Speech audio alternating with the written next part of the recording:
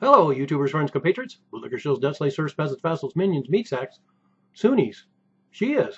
I'm Useful Idiot. Welcome. And let's go to Syria. And boy, it just feels comfortable, like a broken-in pair of gloves, because I'm back and talking about the Middle East again. And of course, lately I've been sidetracked by all the coverage in the United States of the Trump election and the like, and I've kind of been focusing in on a lot of domestic issues. But my bread and butter and a lot of my old subscribers watched me because of my coverage of the Middle East. And of course, it's just getting to be redundant now. We hear the same stories over and over again. Gas attacks that don't matter anymore, even though they almost caused World War III a few years ago, chemical war attacks and that sort of thing. And so anyway, let's get to this story about Syria, because weird things are going on there. Not only do we have, of course, the ceasefire that's not a ceasefire. I've lost track of how many ceasefires they've had in Syria, maybe 10, 15, 20. And of course, all of them were just a new phase of the war. Everybody just kind of moves their chess pieces around and continues fighting. And so these ceasefires are kind of a joke.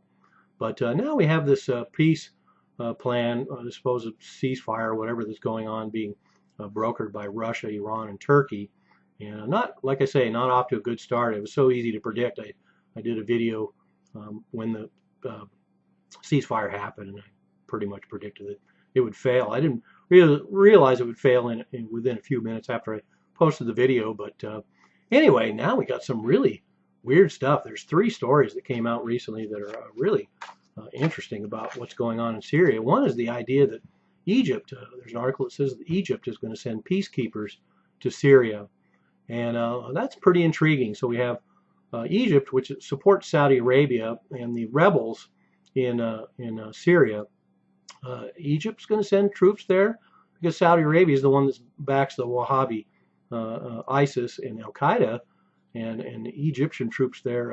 It just seems a little weird, to have Egypt there as peacekeepers for in a coalition with Saudi Arabia. It just seems odd, considering Saudi Arabia is the one sponsoring the terrorists that are trying to bring down the Assad government in Syria. So that's weird. We'll see what happens there. That bodes for the fact that, is Russia, Iran, and Turkey going to assemble some sort of coalition of peacekeepers. It'll be an interesting group. So I'll look forward to seeing if there's any more to that story and who else would be involved. One of the other weird stories is the fact that supposedly Russian airstrikes, I assume Russian airstrikes, killed leaders of 2 groups that were excluded from the ceasefire. The leader of Jabhat al-Fatah, which is the Al Qaeda group that changed its name, and then the Turkestan Islamic Party. So anyway, how interesting is that? I mean, I assume they could have killed them all along, but I don't really know the details. But how interesting. So my prediction about the Syrian ceasefire breaking down because a lot of the groups had not signed on, and here we have within a day or two of the leaders who weren't part of the ceasefire agreement were killed. So that's pretty dramatic. And then last but not least, the story about Netanyahu making a phone call to Vladimir Putin on New Year's Eve. And this is a story that appeared in Russia Dialogue media and through translation. And I'll attach the links below like I always do. But Netanyahu supposedly told Putin that the Israeli army may have to enter/invade Syria, depending on what goes on there. Wow, that's pretty dramatic. I can't see that really happening. I can see Netanyahu bargaining and jockeying for position, but the idea of an Israeli invasion of Syria would be such a dramatic escalation, so out of control.